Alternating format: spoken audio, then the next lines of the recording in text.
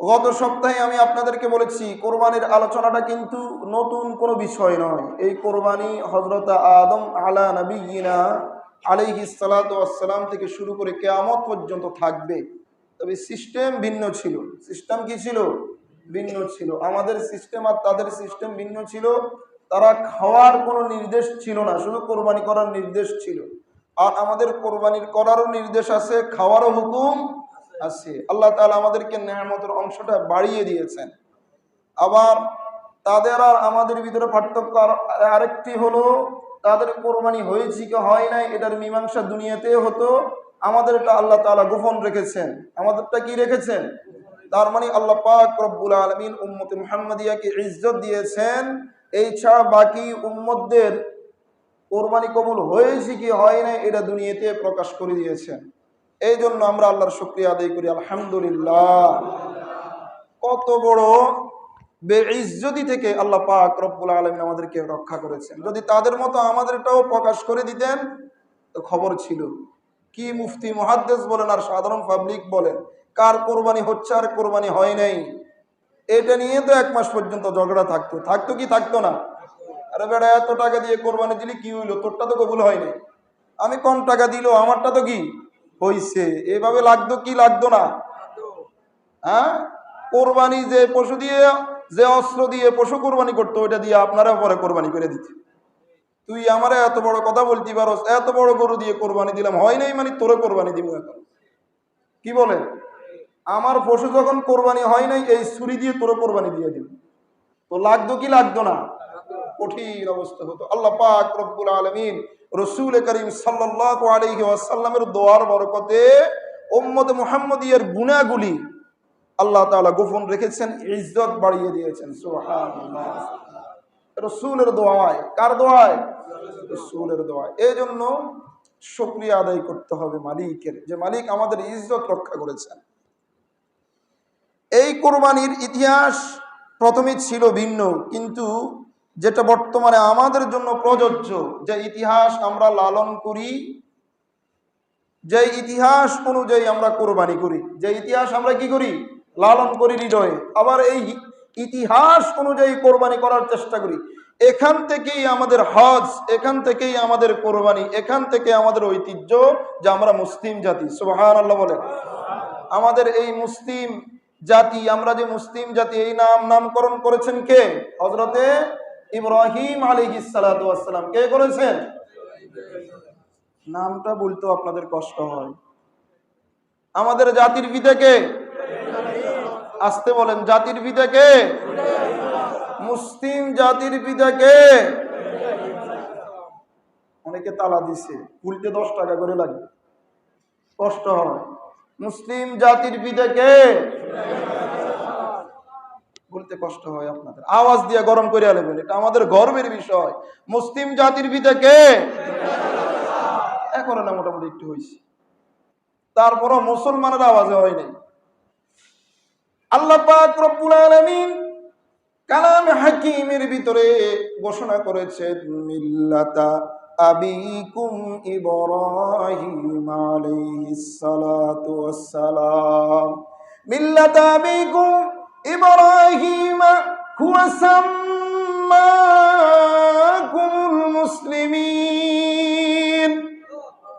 রব্বুল আলামিন বলছেন, তোমাদের মিল্লতটা হলো, তোমাদের ধর্মটা হলো ইব্রাহিমী ধর্ম, তোমাদের মিল্লত হলো, তোমাদের মাযহাব হলো মিল্লাত ইব্রাহিমী, আর তোমাদের নামকরণ, মুসলমান নামকরণটা, মুসলিম নামকরণটা তোমাদের জাতির, ইসলামী জাতির পিতা হযরত ইব্রাহিম আলাইহিস সালাতু ওয়াস সালাম করেছেন। সুবহানাল্লাহ। সেই ইব্রাহিম শৈশব থেকে শুরু করে নবুয়তের আগ পর্যন্ত, নবুয়ত প্রাপ্ত হওয়ার পরেও মৃত্যুর আগ পর্যন্ত শুধু পরীক্ষার পরীক্ষাই দিয়েছেন। সুবহানাল্লাহ। শুধু পরীক্ষা। যেই দিকে হাঁটে সেই দিকে কি পরীক্ষা, যেই দিকে হাঁটে ওই দিকে কি পরীক্ষা, যেখানেই কদম রেখে আল্লাহ বলে তোমার আমি পরীক্ষা করব। কিন্তু রব্বুল আলামিন কালামে হাকিমের সূরা আন-নাজমের ভিতরে আল্লাহ পাক রব্বুল আলামিন ঘোষণা করেন, ওয়া ইব্রাহিম আল্লাযী ওয়াফা, আমি আল্লাহ আমার ইব্রাহিমকে পরীক্ষা করেছি, আমার ইব্রাহিম পরীক্ষায় শতভাগ উত্তীর্ণ হয়েছে। সুবহানাল্লাহ, শতভাগ উত্তীর্ণ হয়েছে। ও ইব্রাহিম আল্লাযী ওয়াফা, শতভাগ আনসার করছে। সুবহানাল্লাহ, যেখানেই পরীক্ষা করছে সেখানেই কি 100% ফলাফল। وَإِذِ ابْتَلَى إِبْرَاهِيمَ رَبُّهُ بِكَلِمَاتٍ فَأَتَمَّهُنَّ। আল্লাহু আকবার। আল্লাহ পাক রব্বুল আলামিন সূরা বাকারার এই আয়াতের ভিতরেও বলেন, আমি আল্লাহ আমার ইব্রাহিমকে পরীক্ষা করেছি, ইব্রাহিম শতভাগ আনসার করেছে। আমি আল্লাহ পুরস্কার স্বরূপ ইব্রাহিমকে জাতির নেতা বানিয়ে দিয়েছি। ক্বালা ইন্নী জাইলুকা লিন্নাসি ইমামা, ক্বালা ইন্নী জাইলুকা লিন্নাসি ইমামা। আমি আল্লাহ আমার ইব্রাহিমকে পরীক্ষায় শতভাগ ফলাফল করার কারণে কিয়ামত পর্যন্ত মুসলিম জাতির নেতা বানিয়ে দিয়েছি। সুবহানাল্লাহ। আর খানায় কাবায় যাবেন, সেখানেও মাকামে ইব্রাহিমের পাশ দিয়ে আপনাকে ঘুরতে হবে। সুবহানাল্লাহ। মাকামে ইব্রাহিম আছে না নাই? ইব্রাহিমের পায়ের চিহ্ন আল্লাহ পাক রব্বুল আলামিন কিয়ামত পর্যন্ত রেখে দিয়েছেন। সুবহানাল্লাহ। আর এই ঘর তো এখন না আপনি চাকচিক্যময় দেখতেছেন, এই জীর্ণ শীর্ণ ঘর বাপ বেটা দুইজনে নির্মাণ করেছেন। সুবহানাল্লাহ। وَإِذْ يَرْفَعُ إِبْرَاهِيمُ الْقَوَاعِدَ مِنَ الْبَيْتِ وَإِسْمَاعِيلُ رَبَّنَا تَقَبَّلْ مِنَّا إِنَّكَ أَنْتَ السَّمِيعُ الْعَلِيمُ رَبَّنَا وَاجْعَلْنَا مُسْلِمَيْنِ لَكَ وَمِنْ ذُرِّيَّتِنَا أُمَّةً مُسْلِمَةً لَكَ وَأَرِنَا مَنَاسِكَنَا وَتُبْ عَلَيْنَا إِنَّكَ أَنْتَ التَّوَّابُ الرَّحِيمُ। বাপ বেটা দুইজনে খানায় কাবা তৈরি করার পর, খানায় কাবা নির্মাণ করার পর দুটো হাত আল্লাহ পাক রব্বুল আলামিনের দিকে বাড়িয়ে দিয়ে দোয়া করেছেন, মালিক আপনি নির্দেশ দিয়েছেন, আমাদের চেষ্টা ছিল, রব্বানা তাকাব্বাল মিন্না, রব্বানা তাকাব্বাল মিন্না। ও মালিক, আমি পিতা, আমি নবী ইব্রাহিম আর আমার সন্তান ইসমাইল, বাপ বেটা দুইজনের পক্ষ থেকে এই খেদমতটাকে আপনি কবুল করে নেন। সুবহানাল্লাহ। খানায় কাবা তৈরি করার পরে কবুলিয়তের দোয়া করতেছে আর বলতেছেন, রব্বানা ওয়াজআলনা মুসলিমাইনি লাক, আপনি আমাকে মুসলিম জাতির পিতা বানিয়েছেন, এটা বড় কথা না, আপনি আমাকে এবং আমার ছেলেকে মুসলমান হিসেবে একটু কবুল করে নেন। সুবহানাল্লাহ। আগে আমারে কবুল করেন, আমার সন্তানটাকে কবুল করে নেন, আমারে মুসলিম জাতির পিতা বানিয়েছেন, এটা তো ভালো কথা, আগে আমারে কবুল করে নেন। সুবহানাল্লাহ বলেন। ওয়া আরিনা মানাসিকানা ওয়া তুব আলাইনা, ওয়া আরিনা মানাসিকানা, আর আমাকে এই খানায় কাবার চত্বরে যে আপনার জন্য পশু কোরবানি করব, কোরবানির নিয়ম কেমন, কেমন করে কোরবানি করতে হয়, কেমন পশু কোরবানি করতে হয়, কি নিয়তে কোরবানি করতে হয়, কত বছর বয়সের পশু কোরবানি করতে হয়, কোরবানির যে মানা আছে, কোরবানির যে হজের যে আহকাম আছে, কোরবানির যে আহকাম আছে, ইসলামের যে বিধিবিধানগুলি আছে, ও আরিনা মানাসিকানা ওয়া তুব আলাইনা, ও মালিক হজের বিধিবিধান সহ ইসলামের আরো যত বিধিবিধানগুলি আছে আমাকে এবং আমার সন্তান ইসমাইলকে আপনি একটু শিখিয়ে দেন। সুবহানাল্লাহ। ওয়া তুব আলাইনা, আর ঘর নির্মাণ করতে গিয়ে আমি এবং আমার সন্তান ইসমাইলের ভিতরে যদি কোন রকমের দুর্বলতা থাকে ওইটা ক্ষমা করে দেন। সুবহানাল্লাহ। ওয়া তুব আলাইনা, মালিক একটু ক্ষমা করে দেন, আমরা তো মানুষ, নির্মাণ করতে গিয়ে ভুল ভ্রান্তি হতেই পারে, দুর্বলতা থাকতেই পারে। ওয়া তুব আলাইনা, আমারে আর আমার সন্তানটাকে একটু ক্ষমা করে দেন। সুবহানাল্লাহ। ইন্নাকা আনতাত তাওয়াবুর রহিম, আপনি তো ক্ষমাশীল, আপনি দয়ালু, একটু ক্ষমা করে দেন। সেই ছোটবেলা থেকে পরীক্ষা শুরু হয়েছে মূর্তির বিরুদ্ধে। নবুয়ত প্রাপ্ত হওয়ার পরে, বিবাহ করার পরে 84 বছর বয়সে যখন সন্তান হয়েছেন, পুনর্বাসন দেওয়ার নির্দেশ এসেছে। কি পুনর্বাসন? রেখে আসো মরু অঞ্চলে, যেখানে কোন রকমের ঘর বাড়ি নাই, যেখানে কোন রকমের পশু পাখি নাই, যেখানে কোন রকমের গাছপালা নাই, তরুলতা কিছুই নাই, ধুধু মরুভূমি, মরু অঞ্চলে সেখানে রেখে আসো একেবারে নবজাতক শিশু, দুধের বাচ্চা। একটা দুধের বাচ্চাকে তার গর্ভধারিণী মা সহ যখন মরু অঞ্চলে রেখে আসে, পৃথিবীর কাছে সাক্ষী হয়ে যায়, এটার চাইতে জালেম স্বামী আল্লাহর দুনিয়া তার হতে পারে না। খাবার নাই, পানীয় নাই, গাছপালা নাই, তরুলতা নাই, কোন রকমের বাসস্থান নাই, নাই বলতে কিছুই নাই। আসমানের নিচে, খালি আকাশের নিচে ধুধু মরু অঞ্চলে রেখে আসতেছেন। এই 84 বছর বয়সের সন্তানটাকে মরু অঞ্চলে রেখে আসতেছে। নাই খাবার দাবার কিছুই নাই। আল্লাহর জমিনে যেটাকে উপকরণ বলা হয়, উপকরণ বলতে বাঁচার জন্য কিছুই নাই। স্ত্রী রাত দিনের ও প্রাণের স্বামী, আপনি আমাদেরকে নিয়ে আসছেন, এই মরু অঞ্চলে রাখতেছেন, রেখে যাচ্ছেন, খাবার নাই, পানীয় নাই, এই অসহায় অবস্থা একটা নবজাতক শিশু সহ আমাকে রেখে যাচ্ছেন।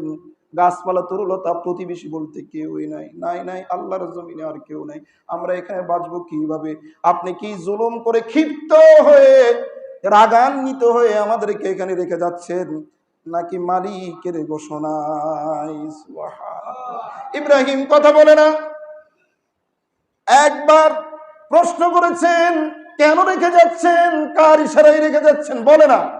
আবার যখন কিছু অগ্রসর হয়, কান্নার দৃষ্টিতে হযরতে হাজেরা ইব্রাহিমের দিকে তাকিয়ে আছে। ইব্রাহিম শুধু হাঁটতেইছে, পিছনের দিকে তাকায় না, চোখের পানি পড়তেছেন, আর সামনের দিকে অগ্রসর হচ্ছেন।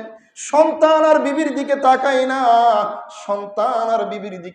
না, সামনেই অগ্রসর হচ্ছেন, আর চোখের পানি পড়তেছে। ওইদিকে বিবি ডাক দিয়ে বলে, প্রাণের স্বামী, কেন রেখে যাচ্ছেন, কার নির্দেশে রেখে যাচ্ছেন? একবার প্রশ্ন করেছে, দুইবার প্রশ্ন করেছে, তৃতীয়বার কিছু না বলে শাহাদাত আঙ্গুল আসমানের দিকে উঠিয়ে দিলেন। আল্লাহু আকবার বলেন, আল্লাহু আকবার। শাহাদাত আঙ্গুলি আসমানের দিকে উঠিয়ে দিলেন, মুখে বললেন না। হযরত হাজরা আলাইহিস সালাতু ওয়াস সালাম বললেন, যদি সত্যিকার মালিকের ইশারায় এই মানব শূন্য জায়গায় মরু অঞ্চলে যদি আমাদেরকে রেখে যান, নবজাতক শিশুকে রেখে যান, আল্লাহর কসম, যেই মালিক আপনাকে নির্দেশ দিয়েছেন, সেই মালিক এখানে মরু অঞ্চলেও আমাদেরকে হেফাজত করার দায়িত্ব আর খাবার আর পানীয়ের ব্যবস্থা করবেন। এই বিশ্বাস, এতটুকু বিশ্বাস হাজরার আছে। আল্লাহু আকবার, আল্লাহু আকবার। এতটুকু বিশ্বাস কি হাজরার আছে? আমি জানি আপনি নবী, বেইনসাফি করবেন না। আল্লাহ আমাদের খাবার পৌঁছিয়ে দিবেন, আল্লাহ আমাদের পানিও পৌঁছিয়ে দিবেন। আল্লাহ এই জায়গাকে মরু অঞ্চল রাখবেন না, পৃথিবীর সেরা জায়গায় রূপান্তরিত করবেন। সুবহানাল্লাহ।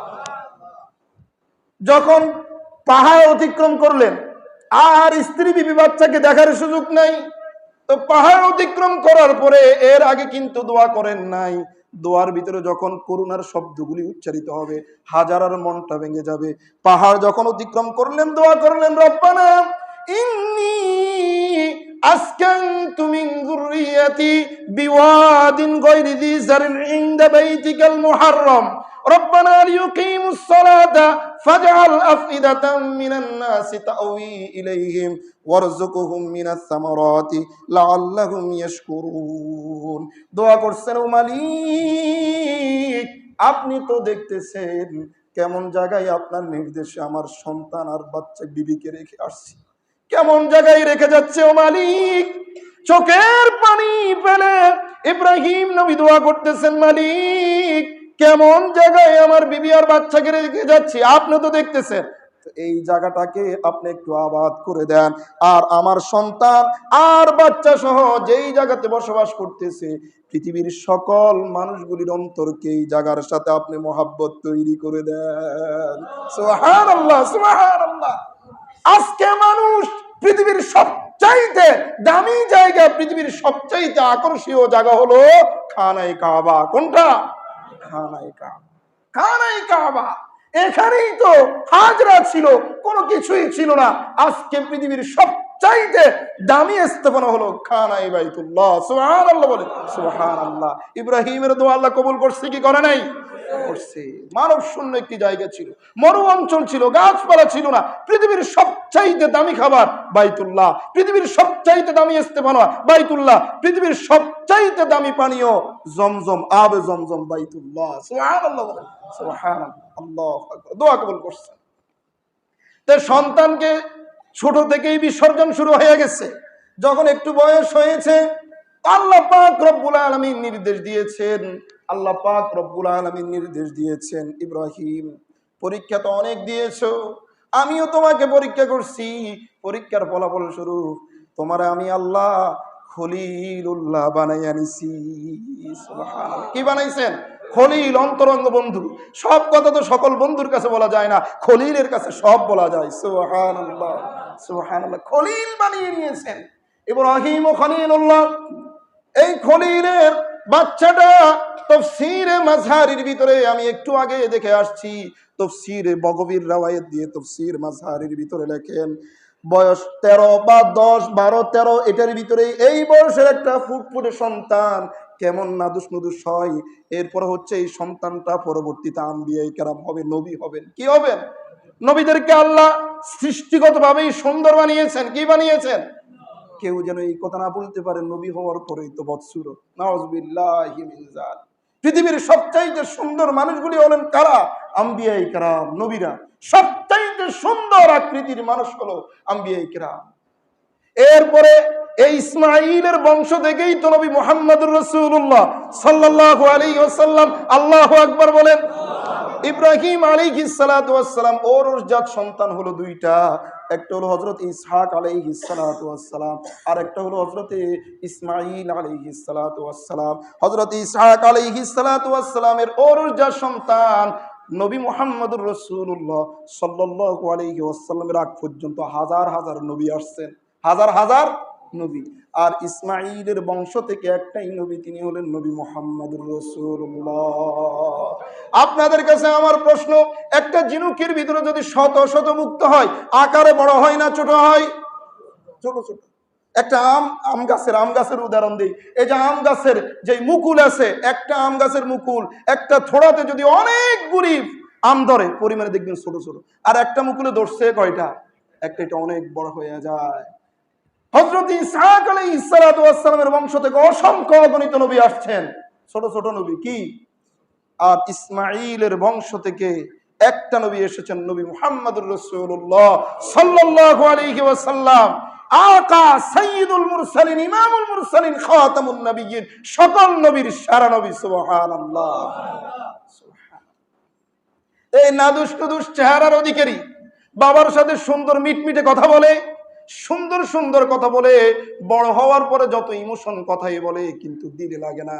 কিন্তু শৈশব অবস্থায় বাচ্চা যদি একটু সুন্দর কথা বলতে পারে, মা বাবা মুগ্ধ হয়ে যায়। আমার বাচ্চাটা কত সুন্দর সুন্দর কথা বলে, ইমোশন ওয়ালা কথা বলে, হৃদয়ে টাচ করে, এইরকম কথা বলে।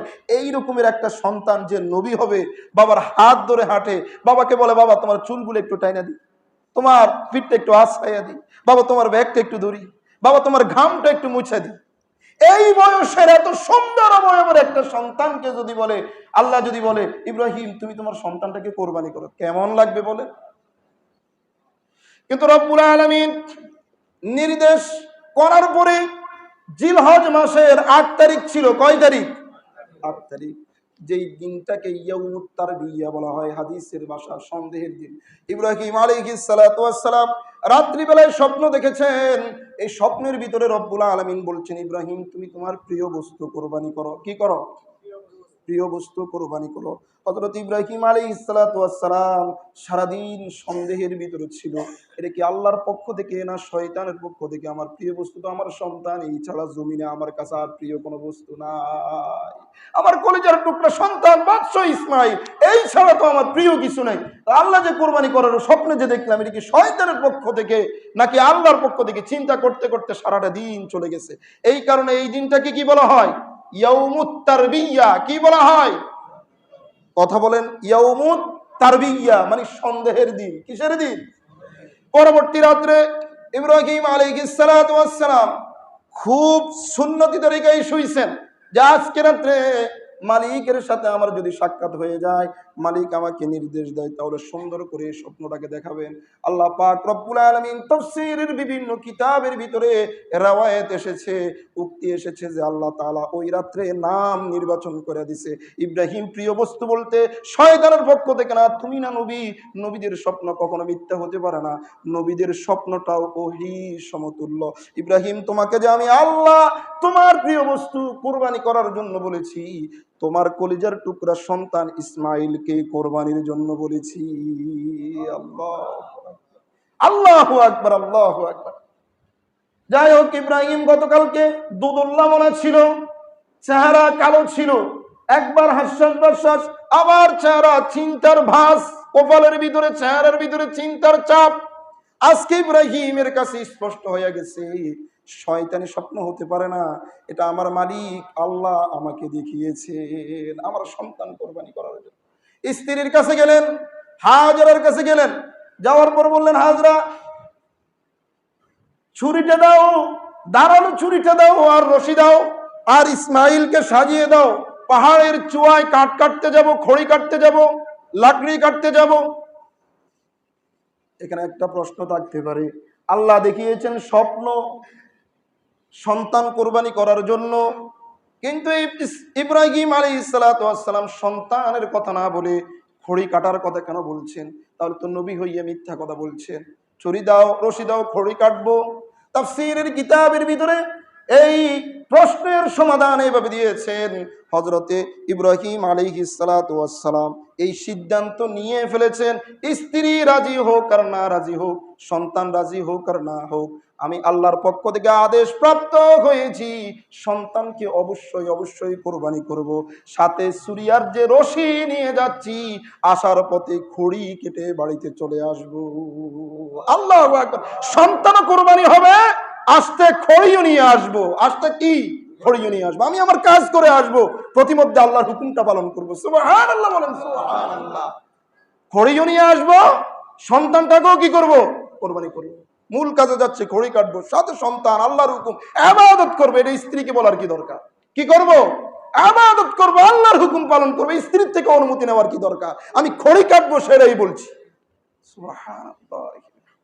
সন্তানকে নিয়ে যাচ্ছেন, কিছু পথ অতিক্রম হওয়ার পরে, এখনো আমরা যাওয়ার পরে হাজী সাহেবরা আমাদেরকে দেখিয়েছেন মাশআর হারাম লেখা আছে। কি আছে? মাশআর হারাম।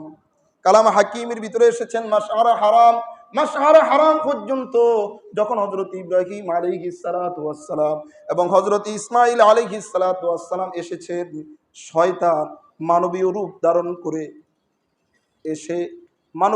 ধারণ করে এসে এখানে এখানে এখানে উট পেতে বসে আছে।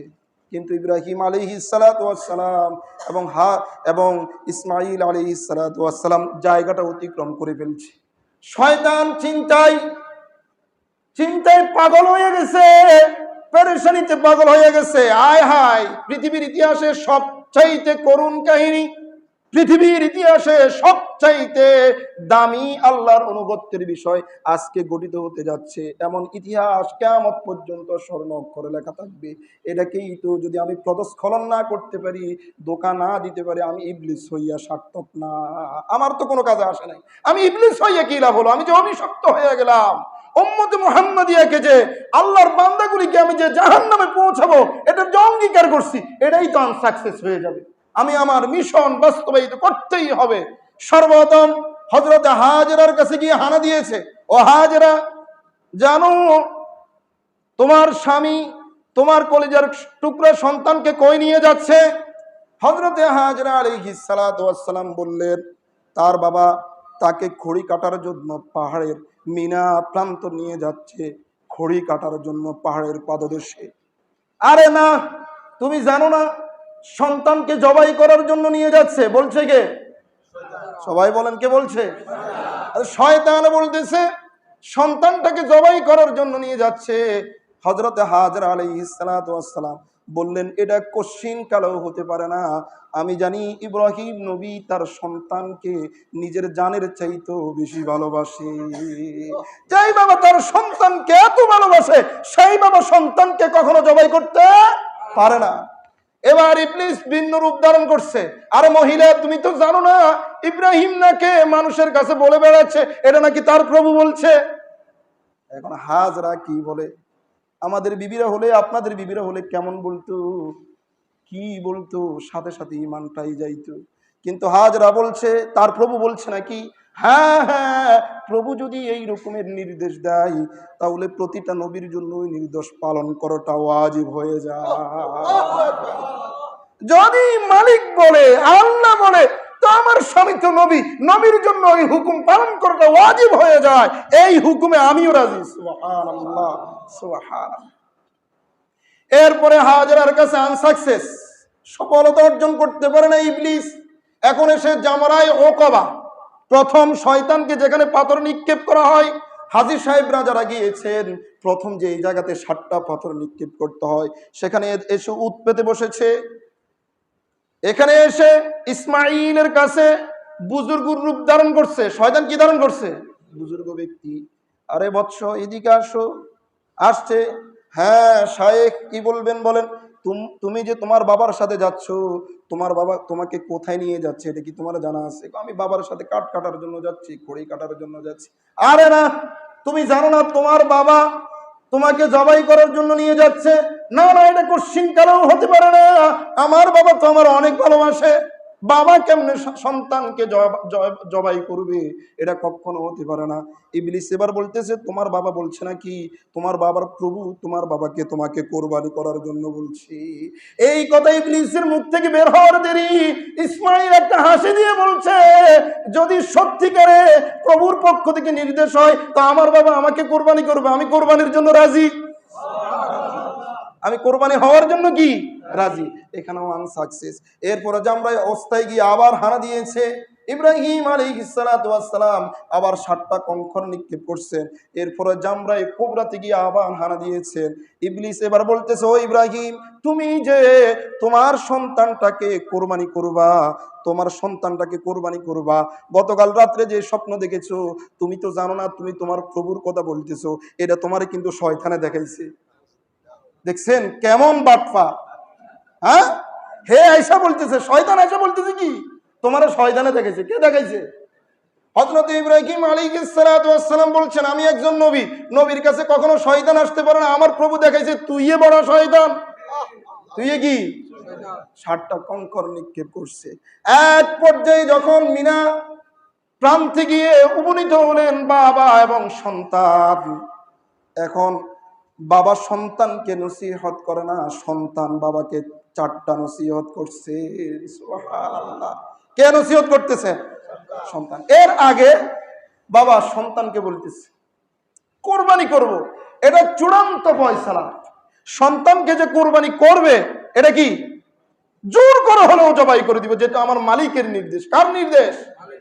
কিন্তু যেহেতু একটা ছোট বাচ্চা, অপ্রাপ্ত বয়স্ক বাচ্চা, তার একটু রায়টা দেখি না কি বলে। রাজি না হলেও জবাই করব। কি করব? রাজি না হলেও জবাই করে দিব, যেহেতু নির্দেশটা কার? আল্লাহ, আমার মালিকের নির্দেশ। সে রাজি হোক আর না হোক, তাকে আমি জবাই করবই। এটা আমার চূড়ান্ত ফয়সালা, এটা আমার মালিকের নির্দেশ। কিন্তু একটু জিজ্ঞেস করি, একটা বাচ্চা তো, একটু জিজ্ঞেস করি। বলতেছে, বৎস, তোমার তো আমি বাড়িতে বলি নাই, এই যে রশি দেখতেছ আর এই ছুরি দেখতেছ ধারালো, প্রকৃতপক্ষে এখানে একটা ঘটনা ঘটেছে। সেটা হলো আমার মালিক আমাকে স্বপ্নে দেখিয়েছে, ইন্নী আরা ফিল মানামি আন্নী আযবাহুকা ফানজুর মাযা তারা। আমি স্বপ্ন দেখেছি আমার মালিক আল্লাহ নির্দেশ করেছে তোমাকে একটু জবাই করার জন্য। ফানজুর মাযা তারা, তোমার কি রায়, তোমার কি সিদ্ধান্ত? এই কথা বলার পরে বুঝদার সন্তান হলে সাথে সাথে অ্যাটাক করার দরকার। কি কয় এখানে যে আমি ডাক দেওয়ার পরে কেউ এসে যে আমার বাঁচাবে, এই মানুষটাও তো কি নাই। মিনা প্রান্ত একেবারেই মরু অঞ্চলে গেল, কেউ নাই। কাকে ডাক দিব? আমার মাটাও তো নাই। আমি যে শটপট করলে আমার মাটা আমার ধরবে, যে আমি যে আমার বাবার থেকে দৌড়ে গিয়ে পালাবো, এটাও তো পারবো না। আমার কাছে তো কিছুই নাই। ছুরিও বাবার কাছে, রশিও বাবার কাছে। বাবা সবল, আমি দুর্বল, আমি একটা বাচ্চা। আমার বাবা বলতেছে আমাকে কোরবানি করবে।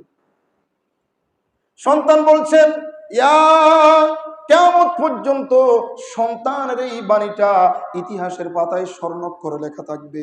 কিয়ামত পর্যন্ত পৃথিবীর বুকে কোনো সন্তান এই রকমের আনুগত্য প্রকাশ করতে পারে নাই, মালিকের হুকুমের তামিল করতে পারে নাই। সন্তান বাবা বলার সাথে সাথে সন্তান বলেছেন, ইয়া আবাতি ফাল মা তুমার, ও বাবা সত্যিকার অর্থেই যদি আল্লাহ আপনাকে স্বপ্ন দেখায়, আল্লাহর নির্দেশ হয়, আল্লাহ আপনাকে যেইভাবে বলেছেন আপনি আল্লাহর হুকুমটা সেইভাবে পালন করতে থাকুন।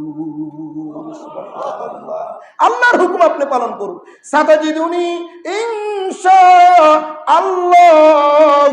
মিনাস সাবিরিন, সাতাজিদুনি ইনশাআল্লাহু মিনাস সাবিরিন।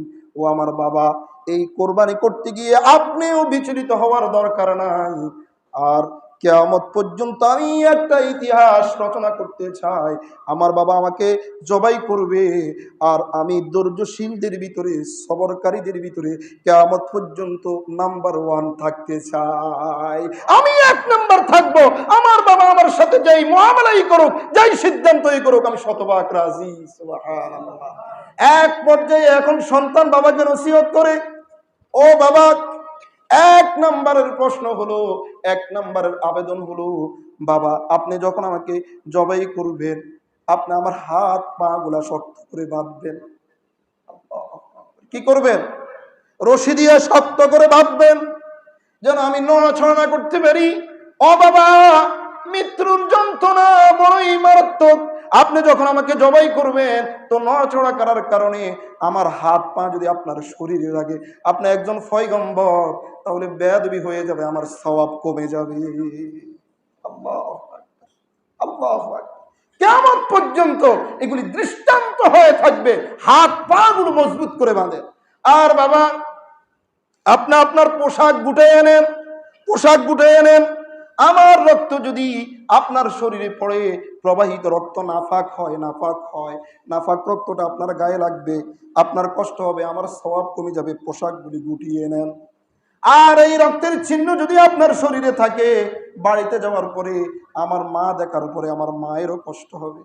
অতএব আপনার শরীরে যেন রক্ত না পড়ে, আপনার পোশাকে যেন রক্ত না পড়ে, আপনার পোশাকগুলি গুটিয়ে নেন। ও বাবা, 2 নম্বরের আবেদন হলো, আপনি যেই ছুরি দিয়ে আমাকে জবাই করবেন, কোরবানি করবেন, ওই ছুরিটা একটু ভালো করে ধার দিয়ে নেন। কারণ ছুরিতে যদি ধার কম থাকে, জবাই হতে দেরি লাগবে, তা আমি একটু কষ্ট পাবো। মৃত্যুর যন্ত্রণা তো বড়ই মারাত্মক। ছুরিটা ভালো করে ধার দিয়ে নেন, যাতে করে আমার গলার উপর রাখার সাথে সাথেই আমি আল্লাহর জন্য কোরবানি হয়ে যেতে পারি। আর বাবা, চতুর্থ নম্বরের আবেদন হলো, আমার মাকে গিয়ে আমার সালামটা বলবেন যে তোমার সন্তান আল্লাহর জন্য কোরবানি হয়ে গেছে। আর আমার শরীরে পরিহিত যে পোশাকটা আছে, আমার মায়ের সাথে তো আমার আর দেখা হবে না। আমার শরীরের পোশাকটা যদি আমার মা দেখে, আমার মা মানসিক একটা শান্তি পাবে। আমার মাকে নিয়ে আমার পোশাকটা দিবে। এই হলো সন্তানের পক্ষ থেকে আবেদন। এখন বাবা রেডি, যেইভাবে সন্তান আবেদন করছে সেইভাবে বাঁধছে, ছুরি ধার দিছে, কিন্তু মালিকের মূল ইচ্ছা হলো, এরাদা হলো, ইব্রাহিম সন্তানকে কুরবানি করা এটাও না, সন্তান কুরবানি হওয়া এটাও মালিকের ইচ্ছা ছিল না।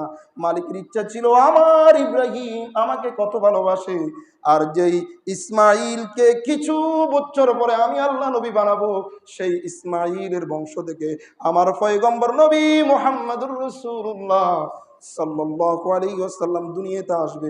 এই জিনুকটা কত দামি, কত দামি!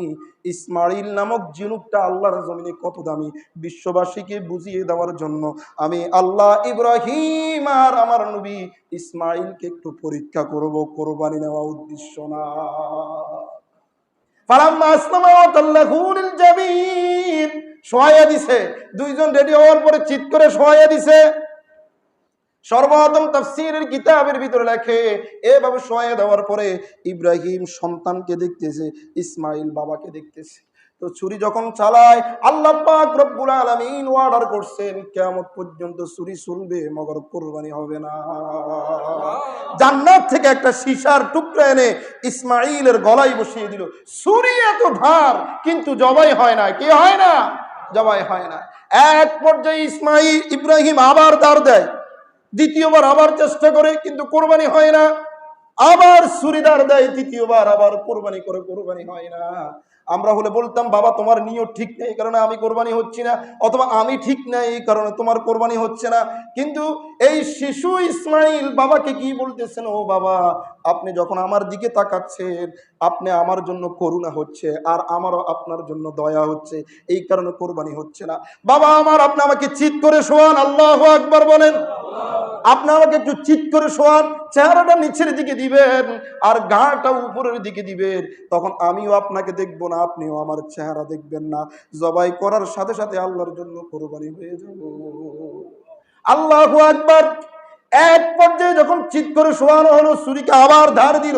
ছুরি যখন গাড়ির উপর চালালো, আল্লাহ পাক রব্বুল আলামিন ডাক দিলেন, ওয়ানাদাইনাহু আইয়া ইব্রাহিম কদ সাদ্দাকতার রুইয়া ইন্না কাযালিকা নাজিজিল মুহসিনিন ইন্না হাযা লাহুয়াল বালাউল মুবিন ওয়াফাদাইনাহু বিযিবহিন আযীম। আল্লাহ পাক রব্বুল আলামিন ডাক দিয়ে বললেন, ও ইব্রাহিম, ও ইসমাইল, কুরবানি করাও লাগবে না, কুরবানি হওয়াও লাগবে না। আমি আল্লাহ বাপ বেটা দুইজনকে পরীক্ষা করছি, তোমরা বাপ বেটা দুইজন পরীক্ষায় শতভাগ আনসার করছো। আল্লাহ পাক রব্বুল আলামিন জান্নাত থেকে জান্নাতি দুম্বা পাঠিয়ে দিয়েছেন।